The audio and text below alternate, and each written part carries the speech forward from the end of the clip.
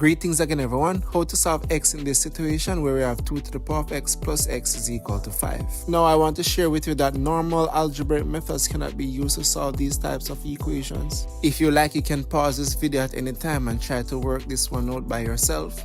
You may also check out my Math Olympiad playlist to see how to solve other algebraic exponential equations like these ones. Now you may want to save this video for future reference, so you can smash that like button and subscribe to my channel to see more of my videos on these types of equations. Now looking at our equation, we can approximate the value of x by randomly selecting some numbers. By doing this, we can see that x is equal to 1 point something. Now moving on to solving our equation, I did say that we cannot solve this equation by using normal algebraic methods. So what I'm going to do here is just to introduce the type of method that we're going to be using to solve this equation. And it is by using the Lambert W function. Now this method is used to solve the equation where the variable is in the base and also in the exponent. How this works is that if we have an expression such as a times e to the power of a, if we were to take this expression and apply what we call a w function to this expression, so we can put it in brackets and we apply a w function to this expression, the result is a. So what this means is that our equation here, if we can write our equation in the form of a times e to the power of a, then we can apply this w function to this equation. We start by subtracting x on both sides of this equation, so that 2 to the power of x is equal to negative x plus 5.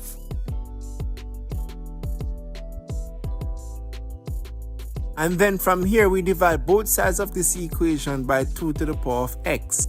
So 2 to the power of x over 2 to the power of x is just one whole, so we're just going to have that equal to 1.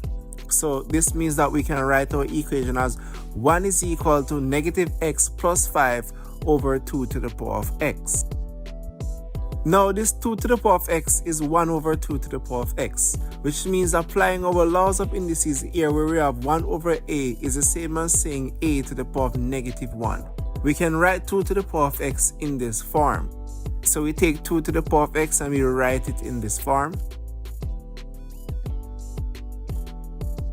So here we have 1, so 1 is equal to negative x plus 5. We also can put this in brackets, and then we say times 2 to the power of this 2 to the power of x, right again in this form, so that's times 2 to the power of negative x. As we are writing our equation in the form of a times e to the power of a, when we look here, we see we have a negative x and we also have negative x in the power. But here we have a plus 5 here, and we also need that plus 5 in the power. How do we get it here? We can multiply this by 2 to the power of something. Now how this works is in what we call the law of indices, where we have a to the power of m plus n is the same as saying a to the power of m times a to the power of n. So we can rewrite our equation applying this power rule here, where we have m plus n, so negative x plus 5. The key here is having the same base, 2 and 2 here, as a times a here. The next, we have the m. We can have this as n would be the plus 5 and the m would be the negative x.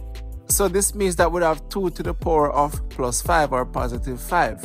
And what we're essentially doing is that we're multiplying both sides by 2 to the power of 5. So we're just going to have 2 to the power of 5 also on the left hand side of this equation. So from here we're just going to rewrite what we have here.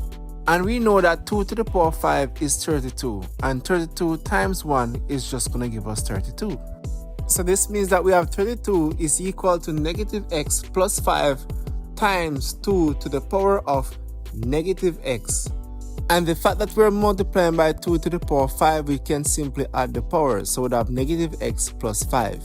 Now let's look at what we have here. We have negative x plus 5, and in the power we have the same thing, so we have a here and we also have this a. But what we don't have is the e, so we need to write 2 in the form of e. So we can replace this 2 with e. Now writing 2 in the form of e, we can have 2 being written as e to the power of ln of 2. Now how this works is that ln means natural log, where the base is e. So having e raised to the power of ln, the ln will cancel out with the e, and what's going to be left is just the 2. So then we can rewrite our equation So we say 32 is equal to negative x plus 5, and we put that in brackets, times e. So we're writing 2 in the form of e, so we have e ln of 2 in brackets raised to the power of negative x plus 5. So what we basically have here is that we have 32 equals negative x plus 5, and that's going to be in brackets. We just always keep that in brackets for now, times e to the power of ln of 2, and ln of 2 is multiplying negative x plus 5.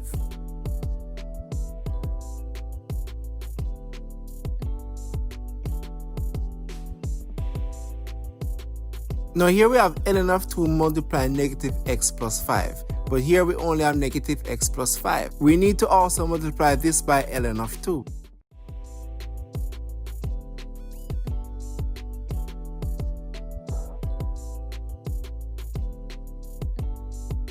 So from here we have 32 is equal to negative x plus 5 in brackets times e to the power of ln of 2 in brackets negative x plus 5. So in order to have this ln of 2 here, we can multiply both sides of this equation by ln of 2.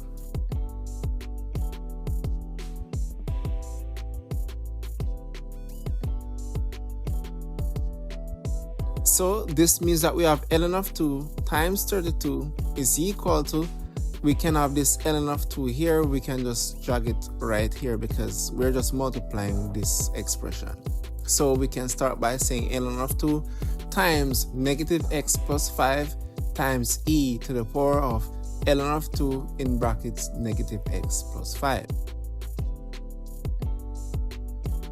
So here we have ln of 2 in brackets negative x plus 5 times e to the power of ln of 2 in brackets negative x plus 5. So we have our e in the middle, so we have a times e to the power of a. So what we're saying with the Lambert w function, if we were to add a w function to this expression, the result is a.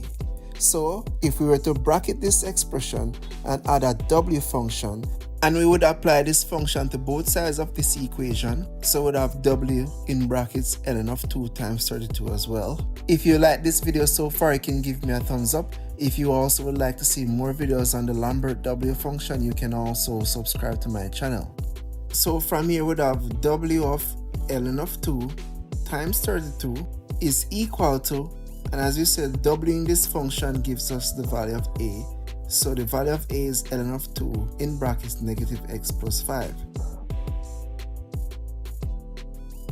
So we have w of in brackets ln of 2 times 32 is equal to the value of a, which is ln of 2 in brackets negative x plus 5. And then from here we solve x by dividing both sides of this equation by ln of 2.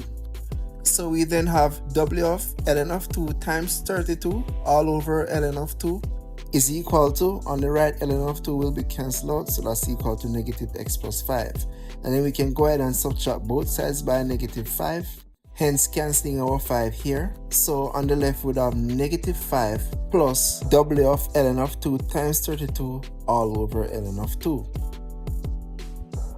And as we say that these 5's will be cancelled out. Now from here we find the value of negative 5 plus w of ln of 2 times 32 over ln of 2. And we can use Wolfram Alpha, this calculating tool, to give us that value. So here we have that value in our calculator. Let us see what it outputs. So we can see here that this is approximately equal to negative 1.7156, and that's a lot of recurring decimals there. So we can just round this off to about 3 decimal places, so we can have negative 1.716. So we have negative 1.716 is equal to negative x. And now from here we solve x by dividing both sides of this equation by negative 1, just to remove that negative from the x. So we then know that x therefore is equal to 1.716. And this is our solution for x in this equation. Now what we can do from here is that we can verify this solution of x. So our equation states that 2 to the power of x, we know what x is, but we're just going to write out our original equation. So we have 2 to the power of x plus x is equal to 5. Now we did estimate that x would have been equal to 1 point something. And now in our workout we do have a value of x which is also equal to 1 point something. So we have 2 to the power of 1.716 plus 1.716 is equal to 5. And now let's use our scientific calculator to verify this.